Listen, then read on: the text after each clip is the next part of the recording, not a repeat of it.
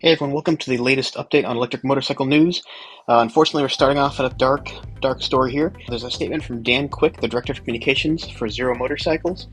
It's kind of hard to interpret this, but they raised $167 million, United States dollars, USD, for long-term plans, and as such, they're going to reconfigure the business plan of our future product and technology strategy. Basically, they're shutting down a line and cutting 10% of global full-time workforce, laying off 10% of its global workforce. That includes an entire assembly line, as well as workers from various departments. In a statement, Zero Motorcycle said it was, quote, reconfiguration, part of a strategy to improve efficiency and profitability. That's interesting stuff there. So maybe there's a new product coming out. Maybe they're closing down what production they had here in the States, moving it to China. Maybe they're closing down some China production, moving it here. I don't know, but I have a feeling we're gonna hear some more about that from Zero in the coming days here. Alright, a bit of a positive news here for both electric cars and electric motorcycles. Travel Centers of America is going to deploy 1,000 EV chargers by 2028. I wish it was sooner, obviously, but hey, I'll take what I can. There's 2,000 of these travel centers, and they're going to get an average of 5 each. And what's good about this is they have food, like full-on sit-down restaurants, coffee, hot beverages. More than once I've been stuck at a charger in 40 degrees in the mountains, and there's nothing open. You're just plugged in and just bundled up, sitting in your chair, trying to not freeze to death. So this is huge, and not just for crazies that want to ride across the country, but these are along interstates, and it means you'll have 4 or so on average per state, and it's going to really help electric motorcycles travel along the country. Oh, also I checked it out, and all these locations are 24 hours also. Day and night, no more parking in a parking lot and going out into the shadows to do stuff at 2 in the morning. Some positive news. Energica Motor, their preliminary year-end turnover data, it's pretty good. There was a 52% raise in unit sales and a 67% jump in motorcycle revenue compared to the prior year. What's really interesting about this is, Xperia, 55% of last year's sales volume was people reserving their Xperia. I keep saying demand is insane for this. I've heard the backlog is 6 to 9 months according to a dealer, and that sounds about right. They're stacked for months. It's a game changer. But good times ahead for Energica. All right, I'm gonna do an OEM roundup here, and this is gonna get kind of sad again. All right, Honda is going all in on electric cars and motorcycles to catch up, but what they're really doing is they're making, is it in this one? They're going to offer 10 vehicles. That's wonderful by 2 years from now.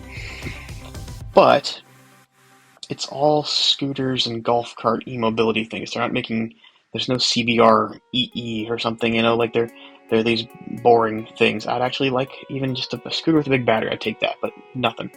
So nothing officially released, or no release date officially for any kind of real motorcycle from Honda that's electric. Weird gyro canopy things and, whatever gimmicks they're doing for tax credits, probably. Ducati had this great little news release. Of course, they're gonna have an electric future, just like everyone else. But the thing is, they have no plans for production. It's just them honing their skills to build an electric motorcycle, which, takes years to do. Where is this quote? Okay, this is a really concerning quote, though. An electric powertrain for a scooter makes quite a lot of sense, because users are typically riding around a city. But if you're thinking about a Ducati Motostrada, a long-distance cruiser, an electric powertrain wouldn't work. You don't want to ride for 100 miles, then have to stop and charge for 2 to 3 hours. That would not be a clever way to produce an electric motorbike. Sound familiar? So, no thoughts of CCS, apparently? I don't know. Just concerning that this is their thoughts are, hey, it's great for a scooter, but you don't want an electric motorcycle. It would take too long to charge on an AC charger. It's sad. Continue on with the sadness. All the talk of an electric Ninja from Kawasaki. I'm so ready for it, but the only thing they've actually announced is their biggest electric motorcycle with a dual battery with a total capacity of 3 kilowatt hours. This might get you to work and back, I guess, for most people. But this is a scooter. I don't even know why make these announcements. You give us these cool things, and it's like, oh well, maybe a hybrid or a hydrogen fuel cell.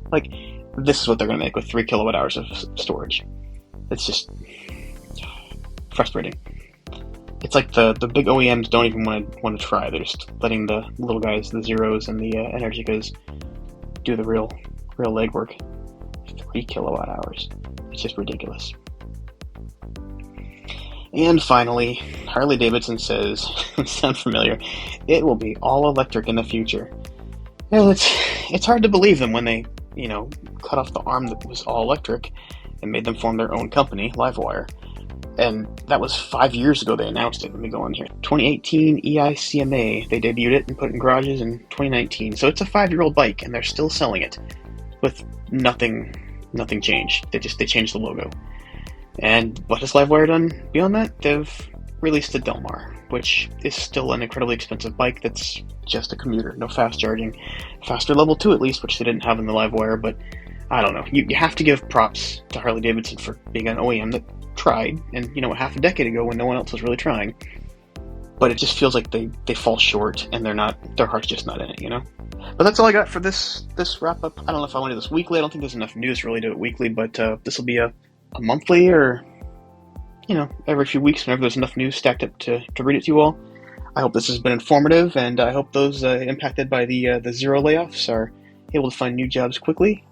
You have my heartfelt sympathy. It's incredibly stressful to lose a job. Ending on that note, I hope you all have a great week. Have a good Monday.